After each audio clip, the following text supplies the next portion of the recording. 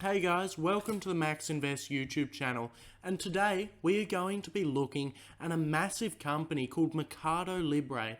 This company is basically the Amazon of South America and is a massive e-commerce giant.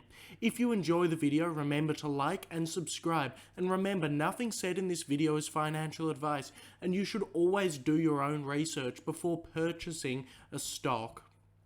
Now, before we get into the specifics of the company, I want to take a look at the market opportunity that this company has going forward. And there is a massive market opportunity for e-commerce stocks. Now, it operates in South America, which is a region of 635 million people. So there is endless opportunity regarding the amount of people within South America and the amount of people they can sell to. Moreover, e-commerce only accounts for 5% of total retail within South America. We can see that this is much like the United States around 15 years ago, where e-commerce was only 5% of the US 15 years ago. However, now it's more like 20-25% of the US total retail. So e-commerce is constantly growing in South America and currently is a very small amount of total retail. Basically, this should grow into the future, and the biggest e-commerce player, Mercado Libre, should capitalize on it. This is expected to reach 10% in the near future, as we can see, and the middle class in Latin America has doubled in the last 10 years in their wealth. This does mean that there will likely be more spending on e-commerce as the continent matures. Mercado Libre have also said the pandemic has moved them 3 to 5 years forward. Obviously, this is as many people were stuck at home and had to order goods online. However, e-commerce as a sector doesn't show any signs of slowing down. This has just pushed e-commerce forward a little bit, helping a lot of these big e-commerce companies. Now let's take a look at what Mercado Libre is.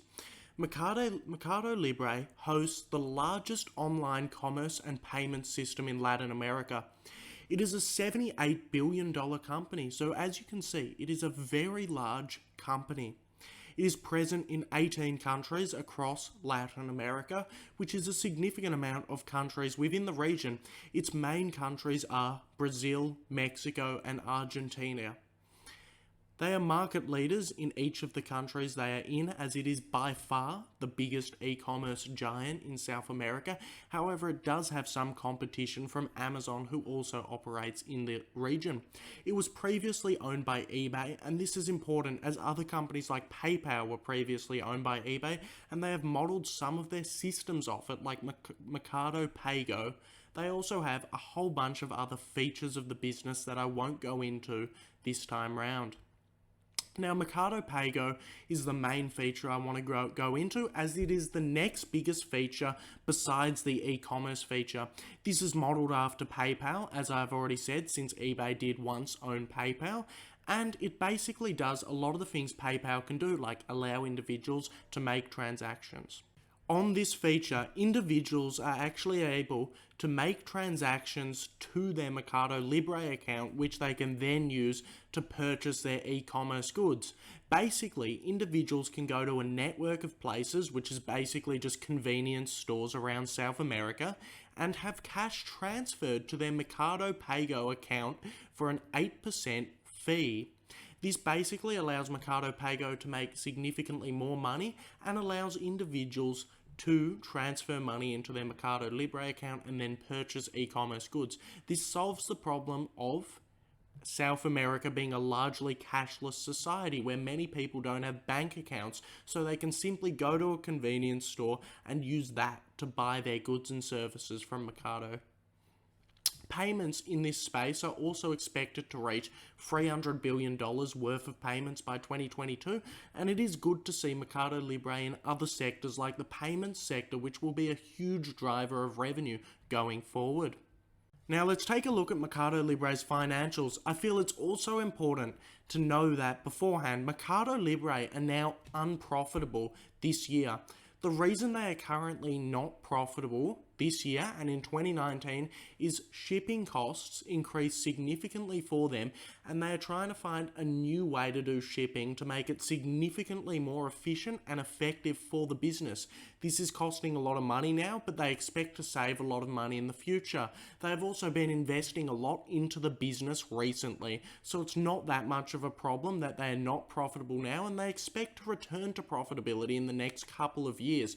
They were, however, profitable for about 7 years before 2019. However, despite becoming unprofitable, they're going just as well as they ever did with revenue and all of the other features.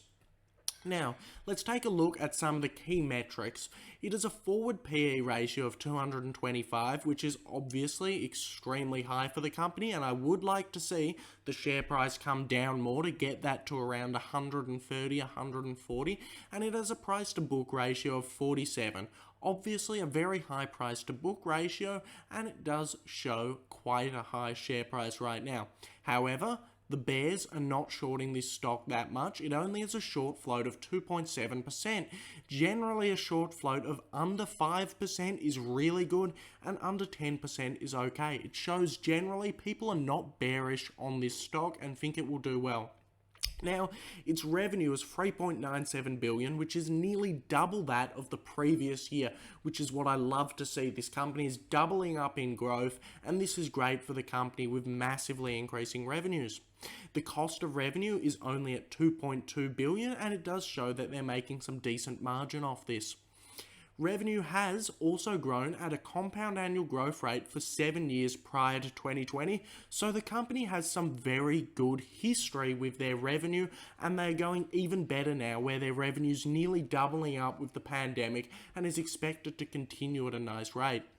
They have solid gross profit, and as we can see, total payment volume was at $15.9 billion, representing an 83% year-on-year increase through their Mercado Paygo system, which does show that that is working very well, just like the main business. And their wallets have reached $3.3 billion in total payment volume, which is a 247 year-on-year increase, and it shows great growth for this company. Now, let's have a look at Mercado Libre's balance sheet, and its balance sheet is pretty good. It has total cash of $2.5 billion, total debt of only $1.7 billion for a $78 billion company, and a current ratio of 1.47 billion, showing they're going to get a lot of economic benefits from their total current assets being 1.47 times their total current liabilities.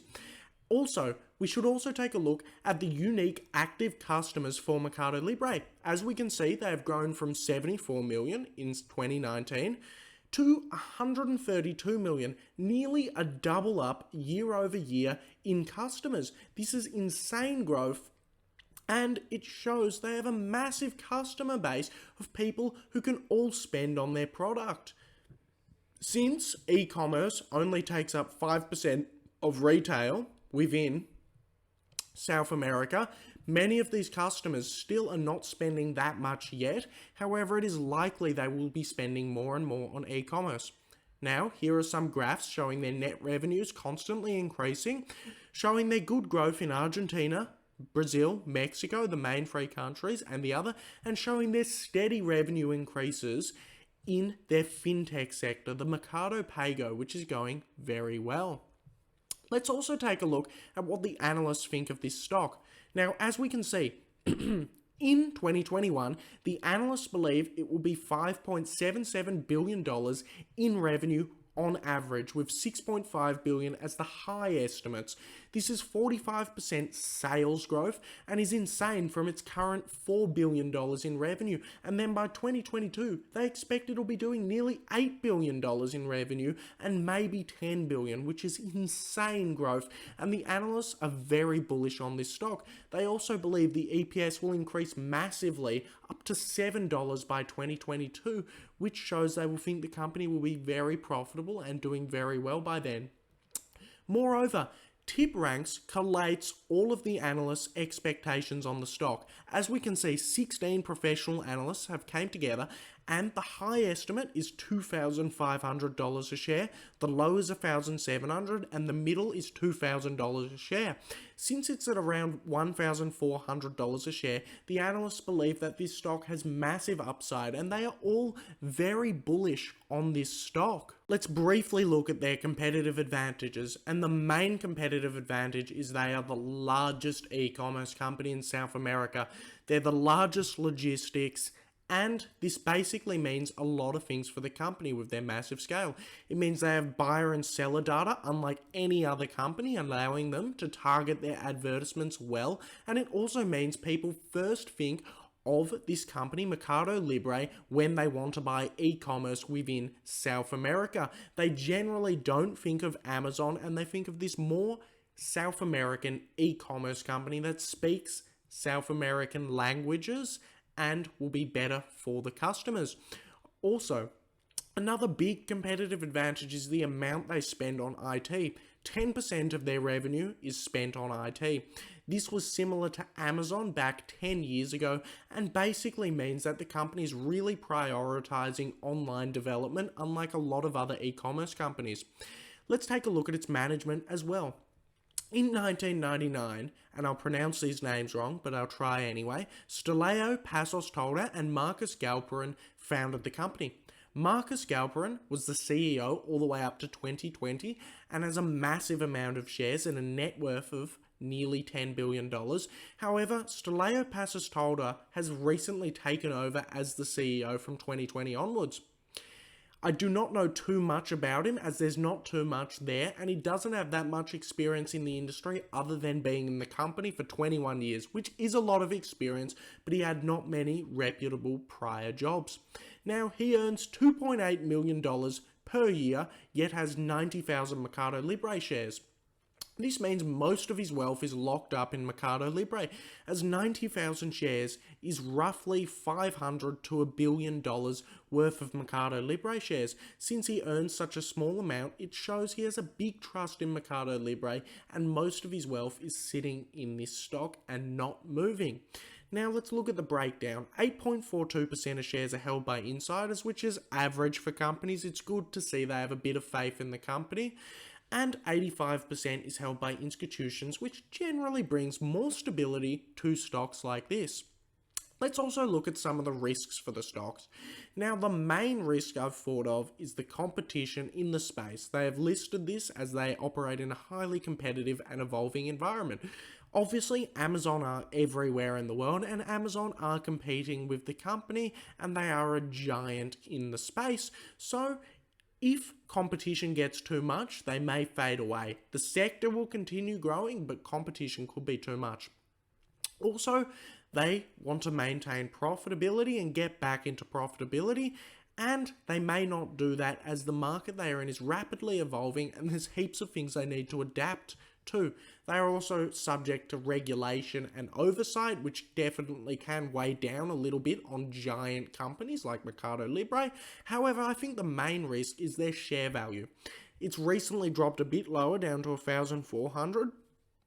However, this is still very high for the stock, and if you're looking at this through conventional metrics, it's on the overvalued side. It's not grossly overvalued like some stocks, and coming down from 2,000 has definitely helped it significantly. However, it definitely is a bit pricey, and I would personally wait for $1,000. Obviously, I'm not a financial advisor, and you should be doing these valuations for yourself so you can see where you think the company will go and have conviction in it. However, I would look for $1,000.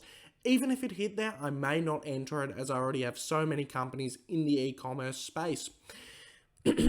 If you enjoyed the video, remember to like and subscribe. It helps me continue to make these videos and continue to put out this content. Also, if you disagree with anything or have any corrections, please leave it down in the comments section. Thanks for watching.